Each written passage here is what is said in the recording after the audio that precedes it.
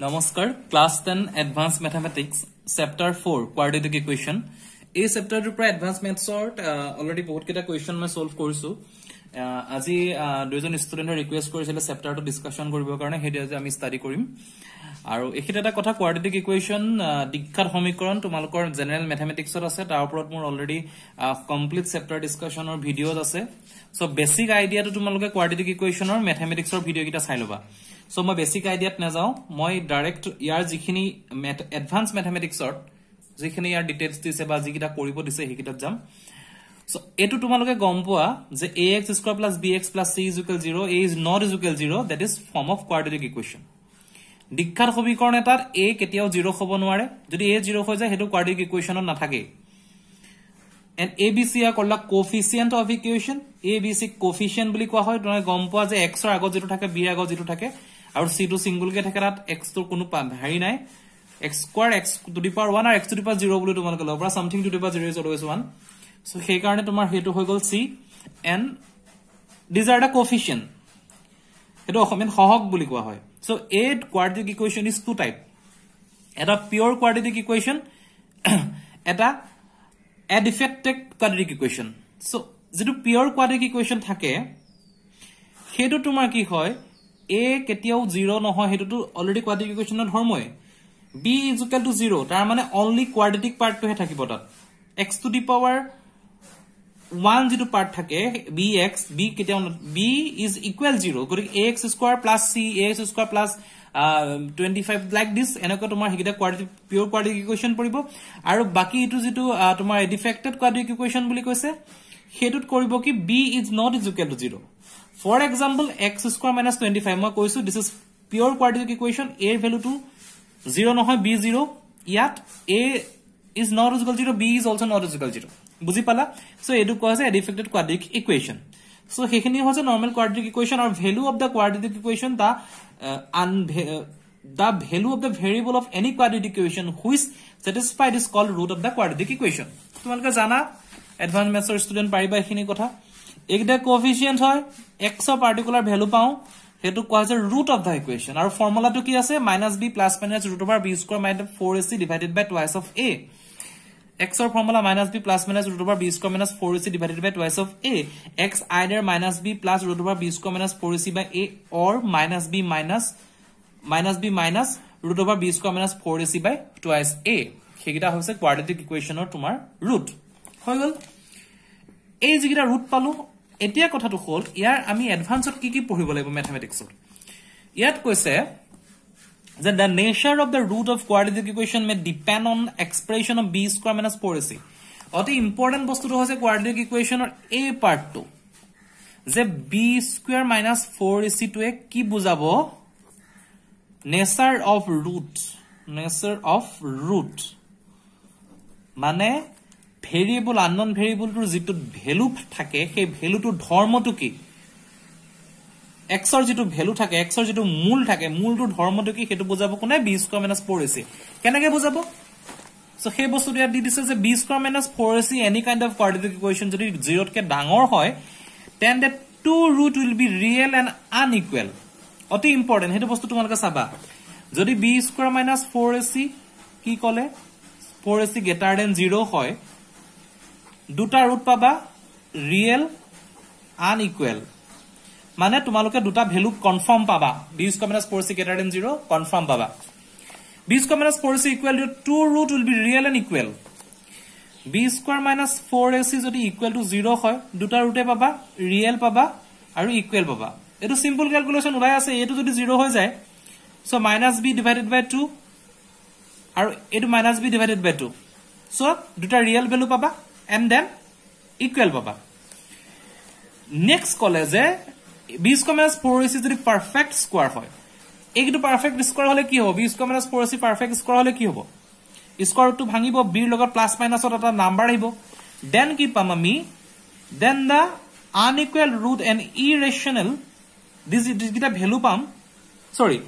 perfect square হ'ব and abc are rational number যদি পৰিমেয় সংখ্যাত abc গিটা আহিব পৰিমেয় সংখ্যা জানা p by q ফৰ্মত আহে ৰিয়েল নাম্বাৰ ভিডিও চাবা গম পাবা সো যদি abc গিটা তোমাৰ ৰেশনাল নাম্বাৰ হয় then two root will be rational and unequal অতি ইম্পৰ্টেন্ট পৰিমেয় আৰু অসম হ'ব and b square minus 4ac is not the perfect square যদি perfect square নহয় then they are unequal and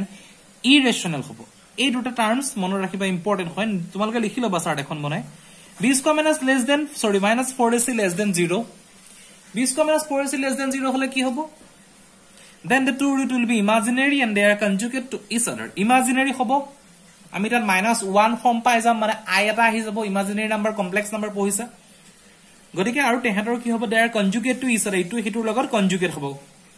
and also b square minus 4ac plays special role in determining the nature of the root of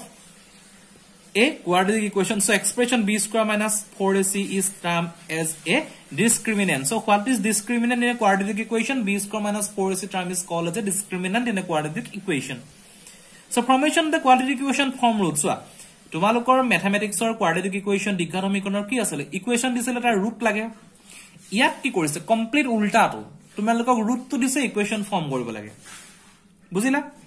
a square plus bx plus c is equal 0 a is not equal 0 always quadratic equation a is not equal 0 লিখিবা otherwise হেতু তোমাৰ direct polynomial one ভেৰিয়েবলৰ ইকুৱেশনত গুছি যাব so given as x is equal to minus b plus minus root over b square minus 4c divided by twice of a suppose a is alpha and beta are two root alpha beta দুটা root হয় alpha beta related দুই এদিনৰ আগত মই video দিছো চাই লবা suppose alpha and beta are two root then আমি কি পাম alpha beta দুটা root হলে so আমি পাই যাম কি alpha plus beta alpha মানে minus b plus টার্ম টো লৈছো plus b square minus 4c divided by twice beta minus b square minus 4c divided by twice alpha beta plus কৰিলে কি পাবা কৰি চাবা সিম্পল ক্যালকুলেশন হয় এটো minus twice will be minus b by a alpha and beta plus কৰিলে কি পায় minus b by a যদি if alpha and beta are the two root of a quadratic equation x square plus bx plus c হয় then alpha beta is summation কৰিলে minus b by a পাবা alpha beta multiplication হ'ব এনেকা একদম exactly same এটা numerical ম্যাথমেটিক্সৰ ভিডিওত মই দিছো দুই এদিনৰ আগত চাই লবা alpha beta থাকিলে minus b multiplication কৰিলো c by a so কি পালো আমি alpha beta is equal to c by a alpha plus beta is equal what minus b by a and alpha and beta is equal what c by a so কি পালো আমি alpha plus beta যদি দুটা quadratic equation root হয় minus b by a পালো and alpha and beta আমি কি পালো c by a পালো এই কিটা হৈছে important quadratic equation to form কৰিবলে from root now এটা দুটা আমি root পালো সৰি দুটা ভ্যালু পালো quadratic equation কেনেকৈ ফৰ্ম কৰিম ax square plus bx plus c এটো কমন লোৱা আছে বাহিৰত so a is not equal 0 a কেতিয়াও 0 হ'ব নোৱাৰে গতিকে this should be 0 ইয়াৰ ট্ৰিক টু কোড চাবা এটা quadratic equationত a is not equal 0 এটো কাৰণে ইম্পৰ্টেন্ট হৈ আছে এটো যদি কমন আনো x square হ'ব b হ'ব তলত a আহিব c তলত a আহিব a is not equal 0 then this must be 0 to 0 হ'ব লাগিব না so b by a c by a কি পালো আমি x square plus minus of b by a minus plus all so b by a into x and c plus c by a is equal to 1 so buzila so ultimately ki hobo minus b by a alpha this is what this is beta sorry this is alpha plus beta this is alpha into beta so x square minus alpha plus beta x this minus b by a buzi paisa sage tumaloke